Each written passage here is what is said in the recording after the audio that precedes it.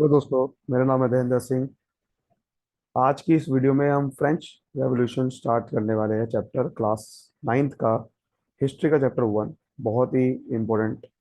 आपको बता दो कि अगर आप इन वीडियोस को फॉलो करोगे तो आपको कहीं और जाने की जरूरत नहीं है। आप सिर्फ यहाँ से बहुत ही अच्छे से समझ सकते हो चैप्टर को, और एग्जाम में अच्छे परफॉर्म कर सकते हो। मेरा यही कोशिश है कि आप एग्जाम में अच्छा परफॉर्म करो। ठीक है, तो चलिए शुरू करते हैं फिर। सबसे पहले फ्रेंच रेवोल्यूशन को जो आपकी बुक में है, मैं आपको बुक से एनसीईआरटी से ही पढ़ाने वाला हूँ। ठीक है, सारा का सारा जो भी आपको मैं मटेरियल दिखाऊंगा यहाँ पर वो सारा एनसीईआरटी का होगा। तो एनसीईआरटी बुक आपको अपने साथ में लेके बैठनी है, जिससे हो सकता है कि मैं कुछ अगर टिक करवाऊँ या कुछ उसका मतलब बताऊँ तो आप हो सकता है कि वहां पर साथ साथ में लिखते रहो। पेंसिल साथ में लेके बैठनी होती है। ठीक है, तो आपको पेंसिल और बुक साथ में लेके बैठनी है, जिससे आपको बहुत अच्छे से समझ में आएगा। तो चलिए शुरू करते हैं। तो सबसे पहले बेसिकली हम फ्रेंच रेवोल्यूशन का जो सबसे पहला आपका चैप्टर का पहला पेज है बुक का, तो यही है। तो बेसिकली आपका ये जो फ्रेंच रेवोल्यूशन चैप्टर स्टार्ट हो रहा है वो एक, यहाँ पर आप देखो तो ध्यान से, क्लाइमेक्स से हो रहा है।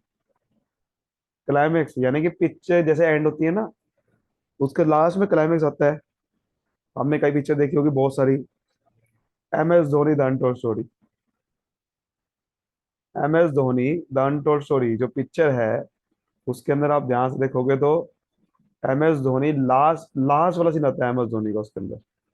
जब एम एस धोनी सर जा रहे होते हैं सीधा बैटिंग करने के लिए मैदान में, वर्ल्ड कप में, है ना। तो ये बेसिकली ऐसे ही ये पिक्चर स्टार्ट हो रही थी ना क्लाइमेक्स से। फिर उसके बाद कहानी स्टार्ट होती है कि ये ऐसा क्यों हुआ। इंटरेस्टिंग बनाने के लिए क्लाइमेक्स होता है। ऐसे ही इन्होंने भी क्लाइमेक्स दे रखा है, देखो क्या लिखा हुआ है। On 14 on the morning of 14 July 1789 the city of Paris was in the state of alarm. एक पेरिस में सिटी में बहुत ज्यादा अलार्म यानी कि बहुत ज्यादा खलबली मची हुई है।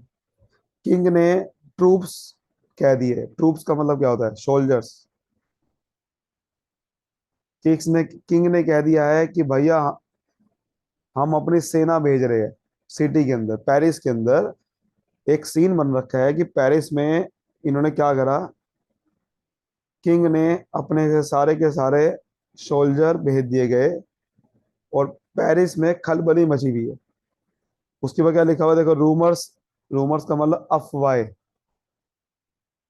ठीक है, रूमर्स का मतलब क्या होता है? अफवाह। अफवाह। तो रूमर्स फैल गए हैं यानी कि अफवाह फैल गई है कि भैया ये जो ट्रूप्स है ना, ये कभी भी सिटीजन के ऊपर फायर कर सकते हैं। कम से कम 7,000 मैन और वुमेन आपस में टाउन हॉल में गैदर हो गए, और उन्होंने कहा कि भैया हम एक मिलिटिया बना देंगे, यानी कि लोग अपना एक एसोसिएशन बना देंगे, ग्रुप बना देंगे कि हम छोड़ेंगे नहीं, अब किंग को छोड़ेंगे नहीं। तो मतलब कि अभी हमें कहानी नहीं पता पूरी। ये कह रहा है कि भैया पेरिस में खलबली मची हुई है 14 जुलाई 1789 को। किंग ने अपने ट्रूप्स भेज दिए गए हैं, ये कहानी समझ में आ रही है। उसके बाद अफवाह फैल गई है, रूमर्स फैल गए हैं। क्या रूमर्स फैल गए हैं? कि भाई कभी भी सिटीजन को फायर कर सकते हैं वो। ठीक है, उसके बाद कम से कम 7,000 मैन और वुमेन गैदर हो गए हैं आपस में, और उन्होंने कहा कि हम छोड़ेंगे नहीं। उन्होंने क्या करा, they broke into a number of government building in search of arms. उन्होंने बहुत सारे लोग गवर्नमेंट बिल्डिंग की तरफ भागने लग गए। आर्म्स यानी कि हथियार, हथियार ढूंढने के लिए। ठीक है, तो हथियार ढूंढने के लिए भागने लग गए। उसके बाद देखो क्या हुआ। Finally several hundred people March toward the eastern part of city. तो एक ईस्टर्न पार्ट में गए सिटी के, और उन्होंने क्या करा, वहां पर बेस्टाइल एक प्रिजन था। बेस्टाइली, बेस्टाइल बेसिकली एक प्रिजन का नाम है वहां पर। प्रिजन यानी कि जेल। ठीक है, जेल। तो हुआ क्या, वहां पर एक जेल थी। बहुत सारे लोग पहले तो भाग गए अलग अलग गवर्नमेंट बिल्डिंग में कि भाई ताकि आम हथियार ढूंढे। तो सेवरल हंड्रेड पीपल क्या करा, ईस्टर्न पार्ट में गए पेरिस में, और उन्होंने स्टॉर्म कर दिया, यानी कि आग लगा दी, जला दिया पूरा बेस्टाइल प्रिजन को। बेस्टाइल प्रिजन क्या है कि बेसिकली वहां पर क्या हुआ, उनको वहां पर क्या मिल गया था finally, where they hope to find hoarded ammunition. Ammunition का मतलब क्या होता है, गोला बारूद। ठीक है, वहां पर उनको गोला बारूद मिल गया था पूरा का पूरा, कि उनको वहां पर ऐसे गोला बारूद मिलने की वजह से आराम से आप आग लगा सकते हो, बम फेंक सकते हो। तो उसकी वजह से वहां पर वहां मिल गया, और उन्होंने वहीं पे ही बेस्टाइल प्रिजन को ही आग लगा दी, जिसकी वजह से। लेकिन बेस्टाइल प्रिजन जो है किंग का एक बहुत बड़ा अहम हिस्सा था, किंग को रिप्रेजेंट कर रहा था ये बिल्डिंग, किंग की थी। तो किंग को आग लगाने की बजाय किंग की अगर बिल्डिंग को भी आग लगा दी ना, तो एक ही बात है, लगेगा किंग को ही। सब सपोज करते हैं कि भैया आपको मारने की बजाय अगर मैं आपके भाई को मार दूं, तो आपको भी उतना ही दर्द होगा जितना आपको हो, है कि नहीं? तो उन्होंने क्या करा, किंग को मारने की बजाय किंग की बिल्डिंग को मारने आग लगा दी। ठीक है, फिर क्या लिखा हुआ है, in the armed fight that follow commander of Bastille was killed. जो बेस्टाइल के अंदर कमांडर थे उनको मारा गया, प्रिजनर को छोड़ दिया गया और thought there were only 7 of them. उन्होंने कहा कि ये तो भैया 7 ही प्रिजन है, कोई दिक्कत नहीं है, कोई दिक्कत नहीं है। उसके बाद yet the Bastille was hated by all, क्योंकि वो बेस्टाइल जो है सब लोग उसको पसंद नहीं करते थे, because it stood for the despotic power. मैंने कहा ना आपको, ये किंग की पावर को रिप्रेजेंट करता था। किंग की बहुत डिस्पोटिक पावर, मतलब बहुत बेकार पावर, बहुत गंदी पावर को रिप्रेजेंट करता था। The fortress was डेमोलिस्ड। फोर्ट्रेस यानी कि जो किला है बेस्टाइल का, उसको जला दिया गया, खत्म कर दिया गया। And the stone fragment were sold in the market. और जो भी उसके टुकड़े हुए, जो भी उसके पत्थर वगैरह थे, उसको मार्केट में बेचा गया बहुत अच्छे तरीके से, ताकि who wish to keep a souvenir of it destruction, यानी जो भी ये डिस्ट्रक्शन करा है उसका उसका सोवेनियर मतलब, सोवेनियर का मतलब होता है यादगार। यादगार यानी कि जो बेसिकली ताकि याद रहे हमें कि हाँ हमने, पेरिस वालों ने क्या करा, बेस्टाइल को जब आग लगा दी, तो उसके जो जितने भी उसके जो बेसिकली मलबा था, मलबा मलबा कह दो या जितने भी स्टोन थे, उनको जब मार्केट में बेचा गया, ये क्यों बेचा गया, ताकि यादगार रहे कि देखो हमने बेस्टाइल को आग लगाई थी, हमने बेस्टाइल को तबाह कर दिया था, डिस्ट्रक्शन कर दी थी। उस डिस्ट्रक्शन को याद रहने के लिए, याद रहे हमें, उसके लिए हमने ये चीज करी। ठीक है, उसके बाद वही सब चीजें लिखी है, देखो अब यहाँ पर कि the day that followed so more writing both in Paris and the country. इन दिनों के बाद क्या हुआ, जब ये आग लगी थी तो पूरा राइटिंग यानी कि दंगे, दंगे दंगे होने लग गए बहुत ज्यादा, पेरिस में भी, कंट्री साइड मतलब गांव में भी। Most people were protesting against the high price of bread. काफी लोग क्या कर रहे थे, ब्रेड के प्राइसेस, वहां ना बहुत सारे लोग ब्रेड खाते हैं पेरिस में। ब्रेड में उस समय पेरिस में बहुत ज्यादा ब्रेड खाते थे। अब ब्रेड के जो प्राइसेस थे ना बहुत ज्यादा बढ़ गए थे, वो ब्रेड खा नहीं पा रहे थे, तो लोग प्रोटेस्ट कर रहे थे, लोग बेसिकली प्रदर्शन कर रहे थे। उसके बाद much later, when historians look back upon this time, they saw it as a beginning of chain of events that ultimately led to the execution of King in France. Basically बाद में पता चला कि ये जो बेस्टाइल में जो आग लगी थी, इसकी वजह से हुआ क्या, पूरे के पूरे देश में, पूरे के पूरे देश में और पूरे के पूरे यूरोप में एक ऐसा बेसिकली बिगिनिंग हुई एक चीज की। उसका क्या बिगिनिंग हुई, कि हमें किंग को हटाना है। हमें किंग नहीं चाहिए कभी भी अपने देश में। हमें सरकार कैसे चाहिए, कि हम चुने, लोग चुने सरकार। तो एक ऐसा इवेंट बेस्टाइल ऐसा का हुआ जिसकी वजह से लोगों के अंदर ये मुहिम जान गई कि हमें किंग इन फ्रांस, जो किंग है वो बेसिकली नहीं चाहिए किसी भी हालत में। तो most people at the time did not anticipate this outcome. हालांकि बहुत सारे लोगों ने सोचा नहीं था ये चीज है। अब हम समझेंगे ये कैसे हुआ, क्यों हुआ। ये पूरा का पूरा भी क्लाइमेक्स समझा आपने, कि भैया पेरिस में 14 जुलाई 1789 को खलबली मची हुई थी, और एकदम से और बेसिकली क्योंकि वहां पर किंग ने बेसिकली अपने ट्रूप्स भेज दिए थे, रूमर्स फैल गए थे कि ये तो मारने वाले हैं हमें। तो 7,000 मैन और वुमेन गैदर हो गए टाउन हॉल में। लोगों ने गवर्नमेंट की बिल्डिंग में पहुंच गए भाई हथियार ढूंढने के लिए। तो फाइनली बहुत सारे 700 पीपल एक फोर्टेस प्रिजन प्रिजन में गए बेस्टाइल। और वहां पर उनको गोला बारूद मिला, और वहां पर आग लगा दी, उनके कमांडर को जला दिया गया, सबको प्रिजनर को रिलीज कर दिया गया। और ये बेसिकली उसके जो मलबा था उसको आगे सामान बेचा गया, ये ताकि किंग का जो बेसिकली पावर है उसको खत्म कर दिया जाए। ठीक है। अब हम समझते हैं कैसे हुआ, क्यों हुआ। पहले आप देख लीजिए बेस्टाइल, देखिए प्रिजन ये ऐसा था कुछ, ये कुछ ऐसा सीन था। देखो ये बेस्टाइल प्रिजन था, और देखो लोग किस तरीके से गुस्से में आगे आग लगा रहे। और आपकी बुक में देखो कुछ ऐसा फोटो है, ये वाली है ना। ये पेंटिंग एक तरह की, उस समय कोई कैमरा तो था नहीं। तो स्टॉर्मिंग ऑफ द बेस्टाइल, ठीक है।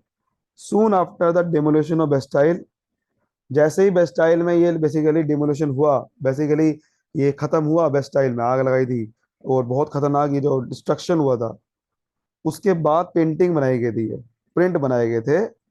ये वो दिखा रहा है, आपके बुक में भी देखो यही है, तूफान, ठीक है। ये चीज है। आगे देखते हैं अब हमारा कहानी स्टार्ट होती है, देखो ऐसे। आपके जो बुक में सबसे बड़ा टाइटल है वो क्या है? French society during during 18th century. ठीक है। तो आपके बुक में टाइटल यही है। तो बेसिकली अभी इसी देखो ये टाइटल है, French society during the late 18th century. तो आप समझने वाले, सबसे पहले कहानी स्टार्ट हो रही है हमारी 1774 से, जो कि लेट 18th सेंचुरी है। बिकॉज 18th सेंचुरी में आता है ना, 18th सेंचुरी का मतलब क्या है? 1700 से 1800 में। और लेट का मतलब क्या हो गया? लेट का मतलब जब 18th सेंचुरी आने ही वाली है। ठीक है। सॉरी, 18th सेंचुरी जो है खत्म होने वाली है। क्योंकि आप देखो ये 18th सेंचुरी है, और 1774 का मतलब क्या हो गया? 1800 तो बहुत आने ही वाला है ना, बस 26 साल ही रह गए सिर्फ। तो लेट 18th सेंचुरी का मतलब 18th सेंचुरी खत्म होने वाली है। अगर हम बोलो 1750, तो मिडल 18th सेंचुरी आ जाएगा। अगर हम बोलो 1700 से लेकर 1750 तक, तो बिगिनिंग 18th सेंचुरी होगी। क्लियर? तो देखो कहानी स्टार्ट हो रही है एक, जैसे मैंने को बताया कि बेस्टाइल में जो आग लगी वो किस लिए लगी थी? बेसिकली ये किंग को पावर को खत्म करना है। किंग को पावर, जो डिस्पोटिक पावर थी, उसको लोग पसंद नहीं करते थे। उसको खत्म करने के लिए बेसिकली ये उसकी जो बिल्डिंग थी, उसकी प्रॉपर्टी पे आग लगा दी थी। तो बेसिकली किंग कौन था? आप देखो, तो हमारा किंग था 1774 में लुइस 16। एक बोर्बन फैमिली का किंग था वहां पर, फ्रांस में बोर्बन फैमिली थी। उसको किंग बना दिया गया, असेंडेड द थ्रोन का मतलब होता है उसको सिंहासन दे दिया गया। क्योंकि राजा का बेटा उस समय राजा बनता था। तो इन ये राजा का बेटा था, तो इसको क्या करा गया? किंग का सेशन, किंग का थ्रोन दे दिया गया। सेशन, असेंडेड का मतलब होता है चढ़ा। असेंडेड का मतलब चढ़ा, थ्रोन का मतलब क्या होता है? सिंहासन। ठीक है। सिंहासन, थ्रोन का मतलब क्या होता है? सिंहासन। तो जो सिंहासन पे उसे असेंड कर दिया, यानी कि चढ़ा दिया गया। फ्रांस में लुई 16 को किंग बना दिया गया। ठीक है, सिंहासन में चढ़ दिया गया, और वो सिर्फ 20 साल का था। सिर्फ 20 साल का था। और उसकी शादी ऑस्ट्रियन प्रिंसेस, ऑस्ट्रिया के प्रिंसेस मैरी एंटोनेटी से हो रखी थी। किससे हो रखी थी? मैरी एंटोनेटी से। किससे हो रखी थी? मैरी एंटोनेटी से। क्लियर? तो जैसे ही वो किंग बना, उसने देखा कि राजा की जो तिजोरी है, ट्रेजरी का मतलब तिजोरी, वो तो खाली पड़ी हुई है। राजा की जो तिजोरी है वो खाली पड़ी हुई है। तिजोरी में पैसे रखते थे सारे लोग। तो जैसे ही वो नया किंग बना, उसने देखा कि राजा तिजोरी तो खाली पड़ी हुई है। ठीक है। अब देखो क्यों पड़ी हुई है खाली, उसी को समझते हैं। ऐसा क्यों हुआ है, देखो अब ध्यान से। Why Louis 16 found an empty treasury, ये भी एक ऐसा क्वेश्चन बन सकता है कि भाई लुई 16 जब किंग बना तो उसने देखा कि एम्प्टी ट्रेजरी क्यों थी। तो पहला देखो रीजन क्या था, कि बहुत सारे वॉर चल रहे थे। Long years of war had drain the financial resources of France. काफी ज्यादा उस समय युद्ध चल रहे थे दुनिया में। और उससे ड्रेन का मतलब पूरा का पूरा निकास निचोड़ लिया गया, सारे के सारे खत्म हो ही गई, सारे के सारा पैसा फ्रांस का फाइनेंशियल रिसोर्सेज खत्म हो गई, सारा पैसा युद्ध लड़ने में ही लग गया। ठीक है, रेंट का मतलब क्या होता है, सूखा। क्लियर।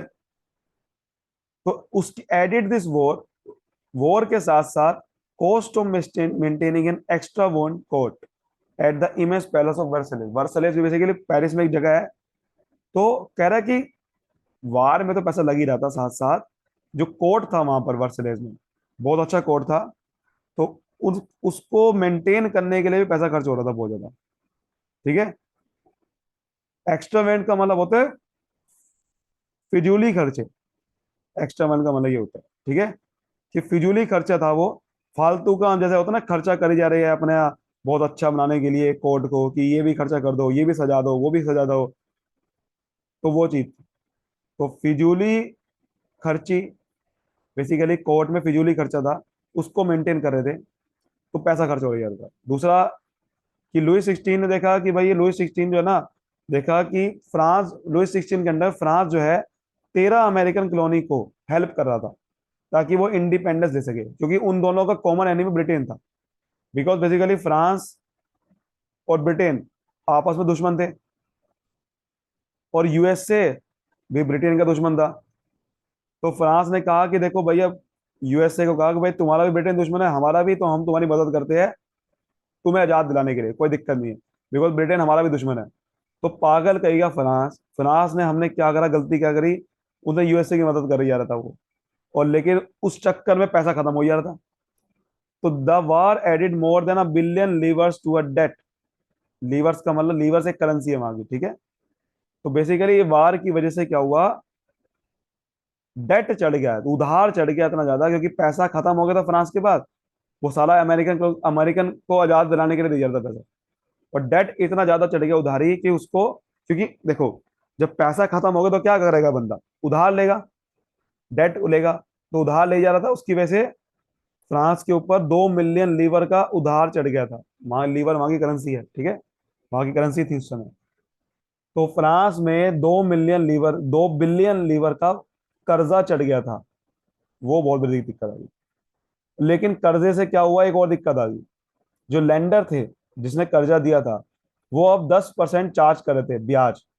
बेसिकली कर्जा लेके तो ब्याज भी देंगे ना, अगर 2 बिलियन कर्जा है, तो उसके ऊपर कह रहे हैं कि 10% ब्याज है, तो बेसिकली बहुत तगड़ी ब्याज आई है। ठीक है, 2 मिलियन का मतलब क्या होता है, 2 मिलियन का मतलब 200 करोड़, 200 करोड़ पे 10% का मतलब 20 करोड़, 20 करोड़ लीवर का ब्याज देना पड़ेगा आपको।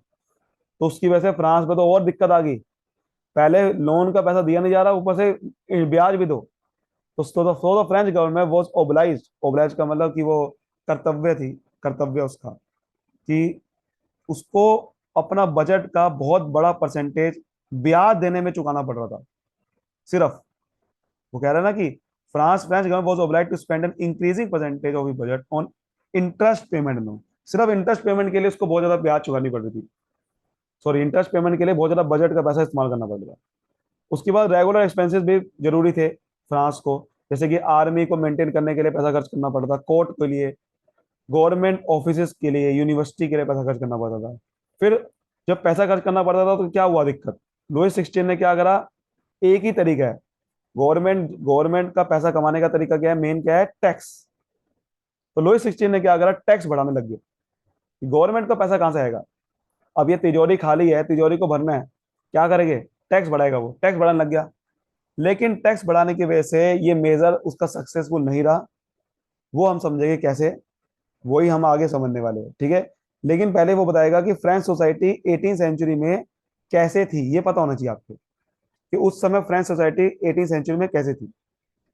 तो 18 सेंचुरी में फ्रेंच सोसाइटी ना 3 स्टेट में डिवाइडेड थी, उसमें से सिर्फ थर्ड स्टेट को टैक्स देना पड़ता था। तो ये पहले टैक्स बढ़ाने की वजह से क्या हुआ वो बाद में समझेंगे, पहले वो बता रहा है कि टैक्स देना किसको पड़ता था। तो फ्रेंच सोसाइटी जो है वो 3 स्टेट में डिवाइडेड थी, और उसमें थर्ड स्टेट को टैक्स देना पड़ता। अब ये समझे कैसे, तो देखो क्या लिखा था, the society of states was part of federal system that back to middle ages. देखो हमारा क्या था उस समय, फेडरल सिस्टम क्या होता है, एक किंग होता था, राजा होता था, तो राजा अपना सारा का सारा जो प्रॉपर्टी है सब उसके बाद पूरा देश है, लेकिन पूरा देश वो खुद से संभाल नहीं सकता। वो क्या करता था, अपने बंदे, उसके साथी मेंबर्स, उसको दे देता था कि भाई देखो ये आपको, ये एरिया आपको संभालना है, ये एरिया आपको संभालना है, ये लैंड आपका है, ये लैंड आपका है, ये लैंड आपका है, और ये लैंड आपका है। ठीक है। और यहाँ पर उसको एक, यहाँ पर एक बंदा बिठा दिया कि देखो ये लैंड आपका है, ये लैंड आपका है, ये लैंड आपका है। तो इसे बोलते हैं स्टेट्स। ये जो आप देख रहे हो, स्टेट नहीं स्टेट, दोनों में फर्क है। स्टेट होता है जो गवर्नमेंट के कंट्रोल में होता है। ठीक है। स्टेट होता है गवर्नमेंट कंट्रोल में, स्टेट होता है कोई प्राइवेट प्रॉपर्टी, प्राइवेट, आपके पास कोई प्राइवेट बंदा है, प्राइवेट प्रॉपर्टी है। ठीक है, प्राइवेट प्रॉपर्टी है, यानी कि यहाँ पर लैंड किसका है, कोई प्राइवेट बंदे का है, लेकिन उसका कंट्रोल गवर्नमेंट के पास ही है, लेकिन वो स्टेट नहीं है। स्टेट किसे कहेंगे, जिसका गवर्नमेंट कंट्रोल हो, गवर्नमेंट नहीं है वहां पर, गवर्नमेंट तो किंग की है, अलग से गवर्नमेंट नहीं है कोई वहां पर, स्टेट में अलग से गवर्नमेंट होती है। तो स्टेट क्या होता है, एक प्रॉपर्टी। तो यहाँ पर बेसिकली एक प्रॉपर्टी है बेसिकली, और कुछ नहीं है, एक प्रॉपर्टी है, यानी कि लैंड है। प्रॉपर्टी का, प्रॉपर्टी कौन सी वाली, लैंड। तो यहाँ पर लैंड है, लैंड दे दिया किंग ने सबको कि आप भैया आप संभालो यहाँ पर लैंड। ठीक है। और आप, और वो लैंड संभाल रहे हैं और उसी से फायदा उठाएंगे, देखो। और वो लैंड संभालते हैं, उससे क्या करते हैं, अब देखो। अब यहाँ पर जैसे एक एग्जांपल समझते हैं, ये बंदे के पास लैंड है। ठीक है, ये बंदे का लैंड है, और ये बंदा यहाँ का लैंड का ओनर है। वो क्या करता है, यहाँ पर खेती, उस समय खेती बाड़ी होती थी, यहाँ पर बहुत सारे पीजेंट से खेती बाड़ी करवाता है वो, बहुत सारे पीजेंट से, पीजेंट्स का मतलब फार्मर्स। ठीक है, किसान। तो बहुत सारे किसानों से खेती बाड़ी करवाता था। अब मुझे एक चीज बताओ, मेरा लैंड है, सपोज करो एक बंदे का लैंड है, और ये पीजेंट है, अब उससे खेती बाड़ी करवा रहा है फ्री में। ये एक बंदा है ये, ठीक है, उससे खेती बाड़ी करवा रहा है ये, लेकिन लैंड किसका है, इस बंदे का। मालिक कौन है लैंड का, ये है। तो क्या करेगा वो बंदा क्या फ्री में खेती बाड़ी करवाएगा, नहीं। अगर ये बंदा उसको लैंड दे रहा है कि यहाँ पर आके खेती बाड़ी करो, तो पीजेंट क्या देके बदले में, वो क्या करेगा, ओनर क्या करेगा, उससे कोई ना कोई टैक्स चार्ज करेगा, या फिर उसे कोई फीस चार्ज करेगा, या फिर रेंट चार्ज करेगा। तो वो जो टैक्स चार्ज करेगा, या जो जो फीस चार्ज करेगा, उसे क्या बोलते हैं, फिड्यूअल ड्यूज बोलते हैं। क्या बोलते हैं, फ्यूडियल ड्यूज। फ्यूडियल ड्यूज का मतलब हो गया कि एक तरह का लैंड के ऊपर टैक्स। तो लैंड के ऊपर आपको टैक्स देना पड़ेगा, उसको हमारे हमारे यहाँ पर बोलते हैं लगान, इंडिया में। ठीक है, हमारे यहाँ पर लगान बोलते हैं, तो आपको टैक्स देना पड़ेगा। और इस पूरे सिस्टम को क्या बोलते हैं, फेड्यूअल सिस्टम बोलते हैं। तो फेड्यूअल सिस्टम चलता था वहां पर, ये वाला। ठीक है। तो देखो वही लिखा था कि सोसाइटी स्टेट जो है वो किसका पार्ट था, फेड्यूअल सिस्टम का पार्ट था। और जो कि बेसिकली मिडल एजेस में चलता था उस समय। The term old regime, regime का मतलब शासन। तो पहले जो शासन था, वो बेसिकली फ्रेंच सोसाइटी में यही था। Is usually to describe society and institution before 1789। तो जो हमारा ओल्ड रिजीम है बेसिकली उसे कहते हैं जहां पर सोसाइटी और इंस्टीट्यूशन 1789, मतलब 1789 से जितने भी पहले की बात करेंगे, उसे ओल्ड रिजीम बोलेंगे। समझ गए बात को, ओल्ड रिजीम बोलेंगे उसे। तो ओल्ड रिजीम किसे बोलेंगे, 1789 से पहले। तो उस समय सोसाइटी जो है वो किसका पार्ट थी, फ्यूडल सिस्टम का पार्ट थी पहले। समझ आ गई फ्यूडल सिस्टम, कि फ्यूडल सिस्टम क्या है, कि पहले तो एक तो किंग है, वो अपना, उन्हें प्रॉपर्टी सबको, बहुत सारे बंदों को दे रखी है, अपने ही उसके बंदे हैं लगभग। बस स्टेट में क्या होता है, प्रॉपर्टी नहीं होती, वो एक कंट्रोल होता है गवर्नमेंट का उसमें। स्टेट क्या है, प्रॉपर्टी होती है बेसिकली। और इसमें क्या करता है, एक बंदा लैंड ओनर जो होता है वो क्या करेगा, पीजेंट से खेती बाड़ी के बदले में फ्यूडुअल ड्यूज देता है, लैंड के ऊपर टैक्स, उसे क्या बोलते हैं, फ्यूडुअल सिस्टम बोलते हैं। क्लियर यहाँ तक। और अब देखो, जो हम बात कर रहे थे ना पीछे, तीन स्टेट है, तीन स्टेट की बात कर रहे थे। कौन कौन से तीन स्टेट, आप देखो ध्यान से। ये है हमारी पहली स्टेट होती है क्लर्जी। पहली स्टेट कौन सी है, क्लर्जी। दूसरी नोबेलिटी। थर्ड स्टेट हमारी होती है, बड़े बड़े बिजनेसमैन भी होते हैं उसके अंदर, मर्चेंट, कोर्ट, लॉयर, पीजेंट्स, आर्टिसेंस, यानी कि फार्मर वगैरह जो आर्टिजन है। और बहुत छोटे छोटे पीजेंट भी होते हैं, लैंडलेस लेबर सर्वेंट भी होते हैं। तो ये उस समय सोसाइटी ऑफ स्टेट थी। ठीक है। और थर्ड स्टेट में ज्यादातर सब क्या थे, कुछ रिच थे कुछ पुअर थे। आप ध्यान देखो, ये थर्ड स्टेट है पूरी, इसमें कुछ बंदे रिच है, ये वाले रिच है वो, और कुछ बंदे बहुत ही पुअर है। तो ये हमारी थर्ड स्टेट थी। अब एक एक करके समझते हैं। नोबेलिटी, ये जो क्लर्जी है, ये क्या होते थे बेसिकली? अगर मैं शॉर्ट में बताऊं तो क्लर्जी कौन होते थे? जो चर्च में बेसिकली पंडित वगैरह थे। चर्च प्रिस्ट, प्रिस्ट का मतलब क्या होता है? पंडित वगैरह। तो चर्च के पंडित वगैरह थे ना, उसे क्लर्जी बोलते थे वहां पर। नोबेलिटी का मतलब क्या होता है? जो बेसिकली, तो जो हमारे जो किंग के साथ जो योद्धा होते थे ना, योद्धा, उसे नाइट्स बोलते हैं हम, नाइट्स। नाइट्स का मतलब योद्धा। तो जो योद्धा होते थे ना, वो होते थे नोबेलिटी। ये बेसिकली किंग के साथ ही रहते थे। ज्यादातर जो लैंड दिया गया था, वो बेसिकली किसको दिया गया था? नोबेलिटी को दिया गया था। यानी कि जो किंग ने पूरा का पूरा अपना फ्यूडल सिस्टम बनाया गया था, वो कैसे बनाया गया था? वो नोबेलिटी को दिया गया था। अलग अलग उनके नोबेलिटी थे, उनको स्टेट का लैंड दे दिया गया था। और वो इन लोगों से, थर्ड स्टेट से, फ्यूडल ड्यूज लेते थे। समझ आ रही बात? पीजेंट कौन है? थर्ड स्टेट वाले, उससे लेते थे। देखो अब यहां से, तो पीजेंट जो है वो 90% थे पॉपुलेशन का। ठीक है, पीजेंट कितने थे? 90% थे। लेकिन उनको बहुत ही कम लैंड दिया जाता था, small number of on the land. जो बड़े बड़े बस थे ना पीजेंट्स, ये वाले जो कुछ पे उनके पास कुछ लैंड होता था सिर्फ। और 60% नोबल्स की बात है, जैसे मैंने बताया ना, 90% तो पीजेंट थे, लैंड उनके पास होना चाहिए था। और नोबल सिर्फ 60% है, लेकिन सारा लैंड किसके पास है ज्यादातर? नोबल्स के पास है। नोबल्स के पास है, चर्च के पास भी था, और अदर रिचर मेंबर। और बाकी जो रिचर मेंबर थे थर्ड स्टेट के, यानी कि जो बड़े बड़े मर्चेंट्स या बड़े बड़े जो पीजेंट होते थे, तो ज्यादातर लैंड किसके पास होता था? नोबेलिटी, बड़े बड़े बिजनेस या बर्मन या बड़े बड़े जो थर्ड स्टेट के लोग थे, और क्लर्जी, ज्यादातर इनके पास लैंड होता था। ठीक है, उसमें से भी ज्यादातर नोबल्स की बात होता था।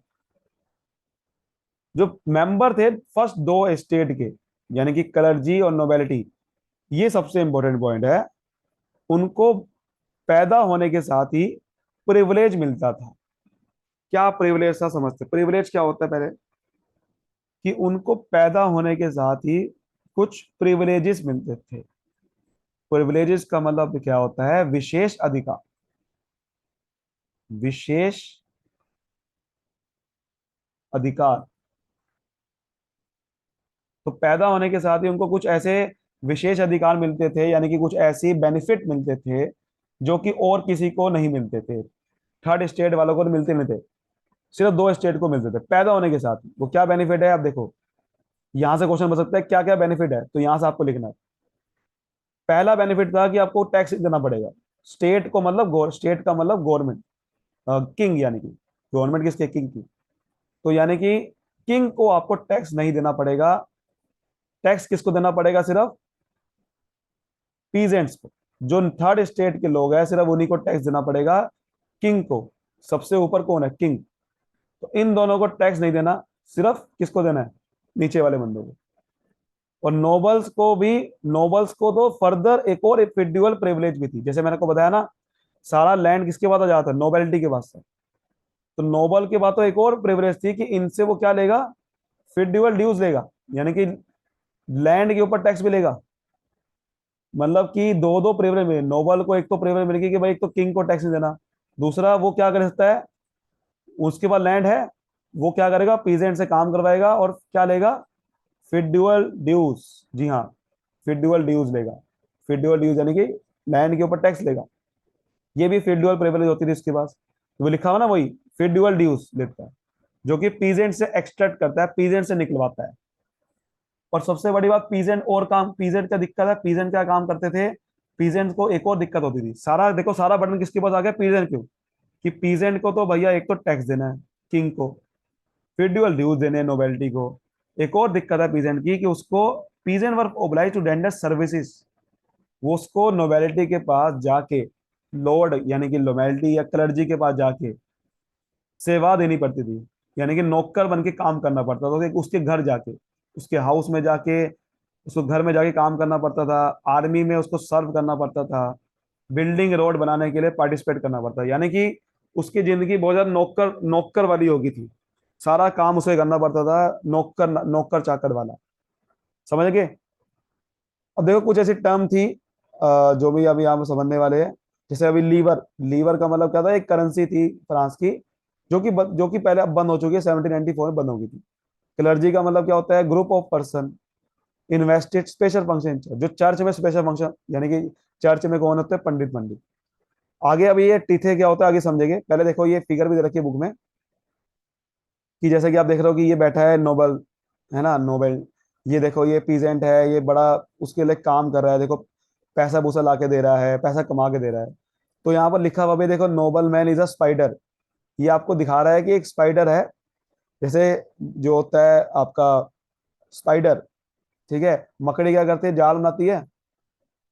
तो जाल बनाती है वो क्या करती है, जैसे ही कोई मक्खी आती है, फ्लाई आती है, मक्खी आती है ना, मक्खी, फ्लाई। तो जब फ्लाई आएगी तो वो उड़ के अगर जाल पे जाएगी तो जाल में फंस जाती है। ऐसे नोबल क्या करते हैं, नोबल नोबल मैन को यहाँ पर स्पाइडर बताया गया है, पीजेंट को फ्लाई बताया गया। तो यहाँ पर पीजेंट जो है वो मक्खी के जैसे, मक्खी जाल में फंस जाती है ना, तो नोबल की जाल में फंस गया। ये दिखाया गया पिक्चर में बस, ठीक है, ये दिखाया गया। अब देखो टैक्सेस क्या क्या होते थे, जो हम टैक्सेस की बात करते थे, जो टैक्सेस देने पड़ेंगे पीजेंट्स को, थर्ड स्टेट को, वो कौन कौन से होते थे। तो चर्च क्या करते थे, टैक्स लेते थे। देखो स्टेट को तो देना ही है। देखो सबसे पहले क्या है, ध्यान से बनना, सबसे पहले है किंग। अब ध्यान से बनना, देखो एक डायग्राम बनाना है, बहुत इंपॉर्टेंट, बहुत बढ़िया डायग्राम है ये। अगर ये डायग्राम बना लिया तो काम हो गया, बहुत बड़े समझ में आएगा आपको। ये किंग है, नीचे कौन है, चर्च, यानी कि क्लर्जी। फिर कौन है, नोबेलिटी, नोबेलिटी। फिर कौन है, पीजेंट्स, थर्ड स्टेट के जो था लोग। क्या होता था, चर्च यानी कि क्लर्जी टैक्स का शेयर एक्सट्रैक्ट करते थे, और उसे टैक्स कौन सा बोलते हैं, टीथे। क्या बोलते हैं, टीथे, पीजेंट से लेते थे वो। और finally all the member of the third state had to pay tax to the state. तो चर्च जो है अपना शेयर ऑफ टैक्स देते थे टीथे पीजेंट से, और सारे मेंबर थर्ड स्टेट के किसको देते थे टैक्स, स्टेट को, यानी कि पीजेंट्स किसको देते थे टैक्स, किंग को देते थे। और वो टैक्स का नाम क्या था, टीथे। क्या था, टीथे क्या होता है, tax lead by church, tax lead by church, जो कि एग्रीकल्चर का 1/10 होता था। मतलब क्या, अगर भाई पीजेंट ने अगर 1 लाख का प्रोडक्शन करी, तो 1 लाख का 1/10 यानी कि 10,000 पे आपको टैक्स देना पड़ेगा, किसको, क्लर्जी को, चर्च को, इसको क्लर्जी को। समझ गए? तो क्लर्जी को टैक्स देना पड़ेगा आपको। Church to extracted share of tax called tithe. और उसके बाद finally all member of the third state had to pay taxes to the state. तो टीथे तो देना पड़ता था क्लर्जी को, और फिर फाइनली सारे मेंबर जो है वो बेसिकली क्या करते थे, सारे मेंबर जो है वो किंग को फिर उसके बाद टैक्स देते थे। क्लर्जी दे पहले क्लर्जी को देते थे टीथे, फिर बाद बाद में सारे टैक्सेस किसको देते थे, किंग को देते थे। दीज इंक्लूड डायरेक्ट टैक्सेस, ये तो, कुछ इसमें डायरेक्ट टैक्सेस भी होते, ये डायरेक्ट टैक्सेस भी होते थे, कॉल्ड टेले। टेले एक डायरेक्ट टैक्सेस है, जो कि बेसिकली किसको देना पड़ता था, किंग को देना पड़ता था। तो डायरेक्ट टैक्स हमेशा ध्यान रखना किसके ऊपर होता है, डायरेक्ट टैक्स होता है कि जिसके ऊपर टैक्स लगा, जिसके ऊपर टैक्स का बर्डन है, वही पे करेगा। जैसे पीजेंट के ऊपर टैक्स लगा तो पीजेंट पे करेगी। जैसे इनकम टैक्स क्या होता है हमारे यहाँ पर, डायरेक्ट टैक्स होता है। तो ये डायरेक्ट टैक्स किसको देना पड़ता था, टेले, ठीक है। टेले की बात करें जो, ये टेले क्या है, डायरेक्ट टैक्स है। ये बेसिकली स्टेट को देना पड़ता है, स्टेट कौन है, किंग। और बहुत सारे इनडायरेक्ट टैक्सेस होते थे, जैसे कि एवरेज, जैसे कोई अगर अल्कोहल की प्रोडक्शन, अल्कोहल कंज्यूम कर रहा है, साल्ट बना रहा है, तो इनडायरेक्ट टैक्सेस होते हैं। इनडायरेक्ट टैक्स से क्या होता है कि जिसके ऊपर टैक्स लगा वो बर्डन किसी और पे शिफ्ट कर देगा। जैसे कि ए के ऊपर टैक्स लगा, ए क्या करेगा, बी के ऊपर शिफ्ट करेगा बर्डन, और बी टैक्स देगा ए को, और ए आगे गवर्नमेंट को जमा करेगा। जैसे हमारे यहाँ पर जीएसटी है, वो क्या है, इनडायरेक्ट टैक्स, जो कि कंज्यूमर से लिया जाता है, जमा कोई और कराता है, ठीक है। तो यहाँ पर देखो लिखा हुआ भी है, टेले क्या होता है, tax to be paid directly, लिखा हुआ है ना। जो स्टेट को डायरेक्ट पे किया जाता है उसे क्या बोलते हैं, टेले बोलते हैं, टेले, ठीक है।